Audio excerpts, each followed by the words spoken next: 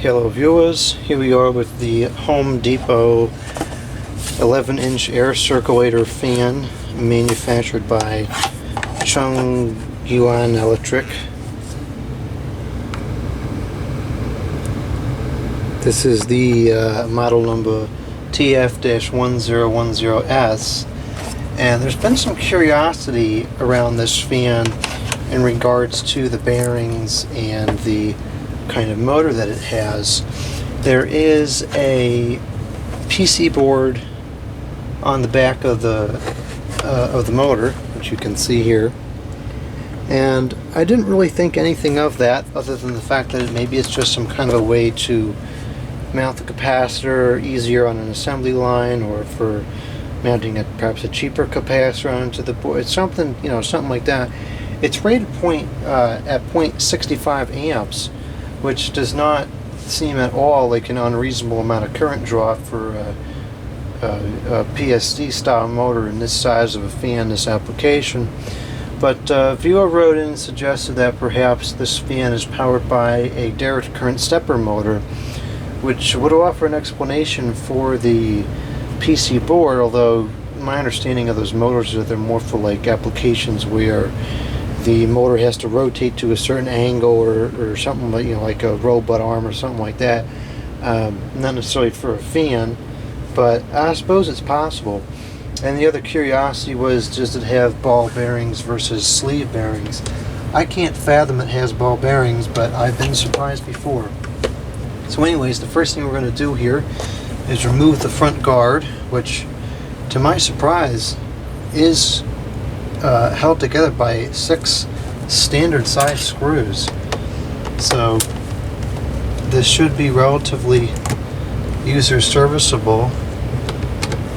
Thus far the screws are all coming out relatively easily.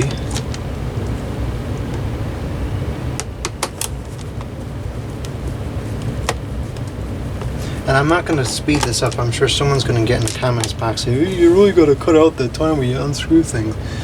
I'm going to leave it real time so you can see how long, realistically it would take to open one of these up and service it.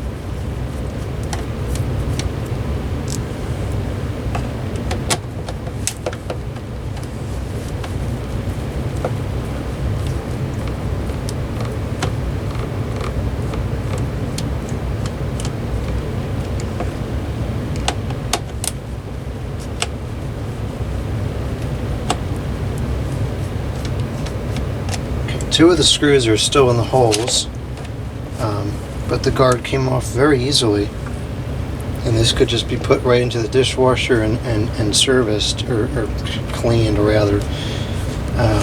Looks like this faux chrome piece would detach.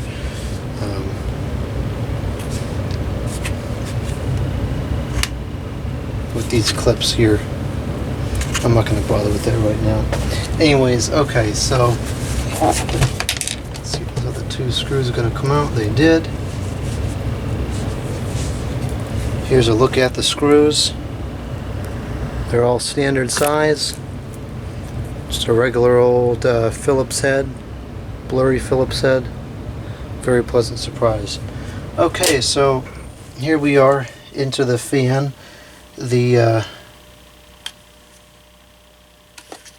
bearings, I'm going to say they're not ball bearings because it shouldn't have this play if they were ball bearings. I think it's just a good quality sleeve bearing. So it looks like there's a regular size nut, although they're good bearings. There's a standard size nut there. Let's see. Looks like it's going to be a 7/16. Nope, it must be a half. Do I have a 1/2 inch here? Oh, yes I do. Okay, so it's a standard 1/2 inch. Kind of odd that it's not metric.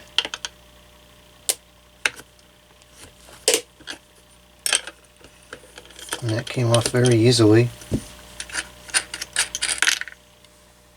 Okay, that's also a pleasant surprise. And now let's see, how is this going to come off? Oh, even easier. Another pleasant surprise. So here's a look at the blade. That's a good blade. That's got some serious pitch to it.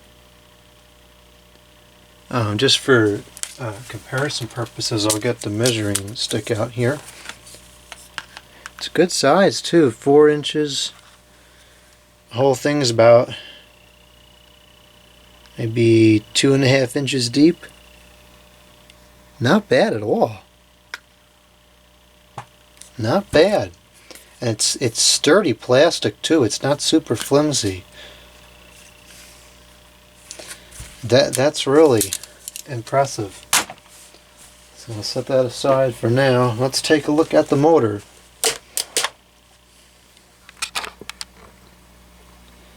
So it is a, let's see, 2, 4, they're going, I don't know how to count. 1, 2, 3, 4, 5, 6. It's an 8-pole motor, and interestingly enough, this is very intriguing to me. It has the brand Massey on there, and that brand is notorious for making knockoff El Cheapo fans. Back in the day, they made the HV9 fans, knockoff of Lakewood and whatnot. And so that's a little bit surprising. I was not expecting to see a known brand name, especially a cheap brand name, in this on the motor. I'm gonna say it's definitely sleeve bearing. Looking in there, it definitely appears to be a sleeve bearing fan, and the front and back play, I don't think we'd be seeing if this is a ball bearing fan. So it's got that. The motor, I mean, aside from having the cheap name on there, actually looks like it's of a really good quality build. It's got the if I can get it into the camera view here. It's got the cooling fins on the this is hard to get into the picture here. It's got the little cooling fins on the inside there. Let's see if I can get this to zoom in and lighten up the picture a little bit. There we go, you can see it now. It's got the cooling fins. Just got in focus too.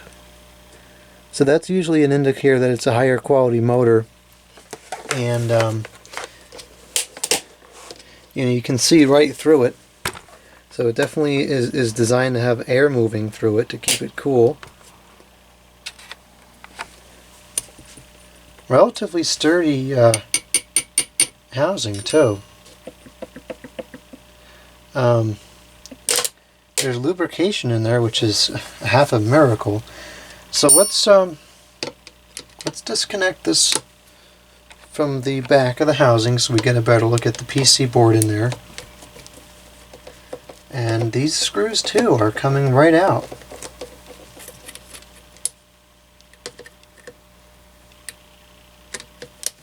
And they're also just standard household size Phillips screws. Looks like we're going to have a total of 4 of them.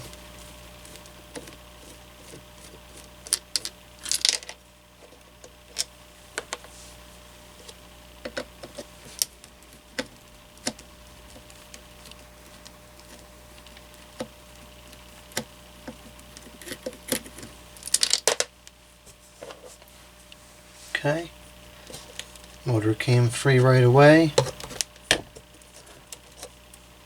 Oh, for heaven's sakes, I spent all that time trying to show the cooling fins on the rotor, and then there they are in plain sight on the back.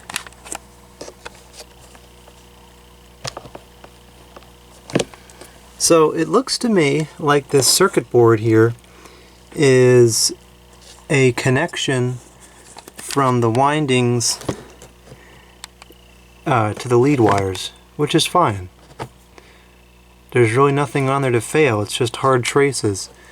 So that's fine. I have no problem with that. I was concerned that this may be some kind of electronics, but no, it's just a connection to the windings. So that's perfectly fine. So let's go. Oh, that's interesting. The rear bearing is actually open, so you could oil it relatively easily, and it appears to have copious amounts of oil in there. I still can't believe this motor's made by Massey. What a stinking cheap company. It says fuse on there. I'm guessing that's probably a thermal fuse. Actually, it looks like this is fudge, but whatever. Well, okay, so that's fine. I don't have anything wrong with that. These windings are pretty nice looking. You know, the motor is fine. It's not some crazy direct current motor. It's a regular PSC motor as far as I can tell. I'm going to open up the switch housing, hopefully reveal the capacitor, and then I think that's going to be all there is to show about this.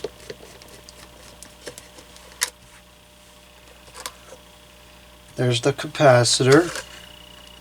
It's a 250 volt, 5.5 microfarads. So it's a standard. Although 5.5 is kind of an odd value, but it's a standard for the most part capacitor. You know, if it was like a 5 microfarads, that'd be a little bit more standard. But it's a regular capacitor. It's just a simple PSC motor. No flaky electronics, no direct current nonsense, nothing like that.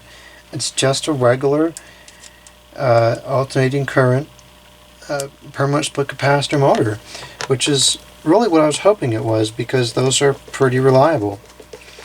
So, since I've gone through the hassle of getting this opened up, I am going to put some oil in here just for good measure, because even though it does seem to have oil in there, another drop will only do it benefit.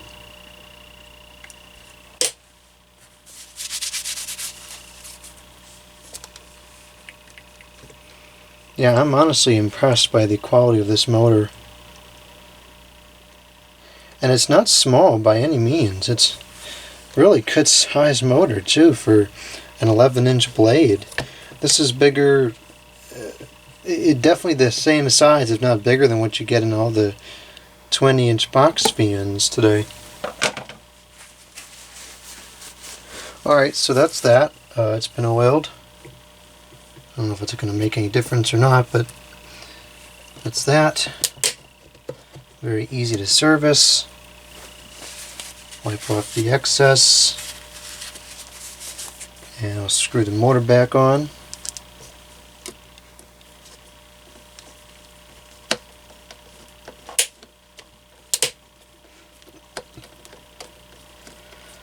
Now the housing isn't super sturdy, you can kind of see here. It's flexing a bit, but I don't think it's ever going to break.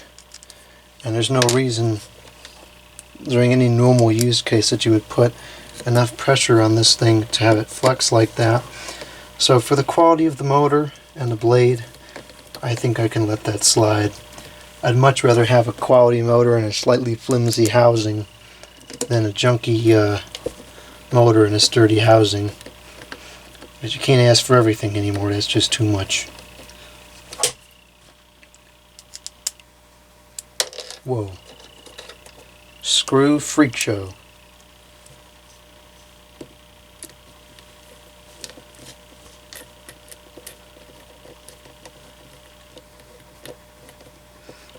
The motor has a model number on it.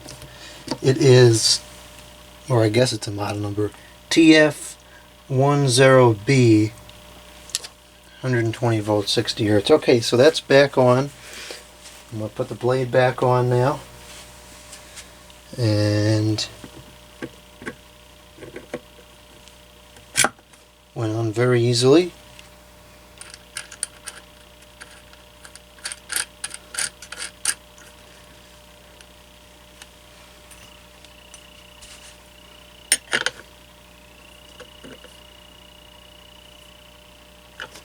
Okay. And now I'll put the guard back on. You know, just out of curiosity, I'm going to see if I can remove this faux chrome thing, because it's kind of tacky.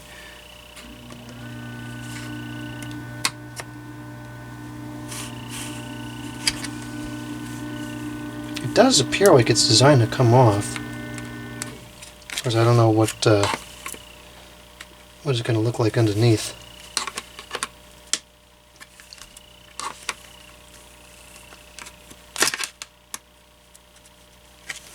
Okay, that's all the tabs are released.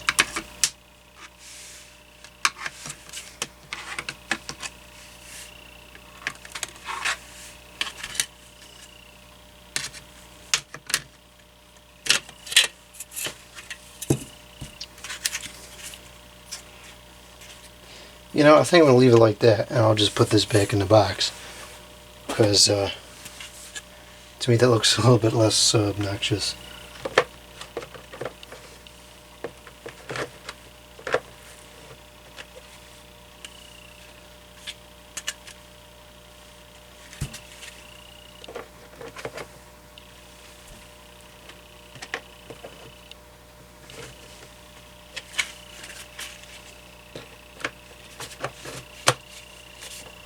Okay.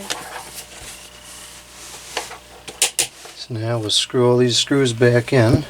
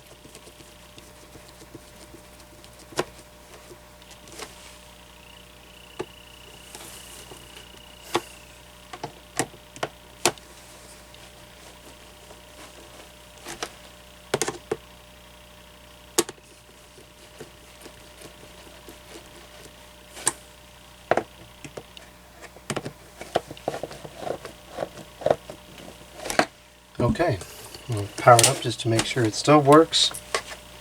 I don't see any reason why I wouldn't, but you never know. Okay, low.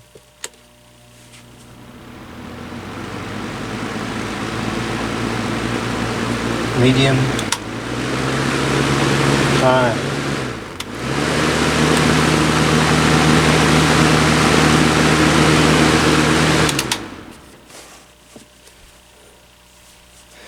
Well, I have to say the teardown has confirmed that this is actually a good fan.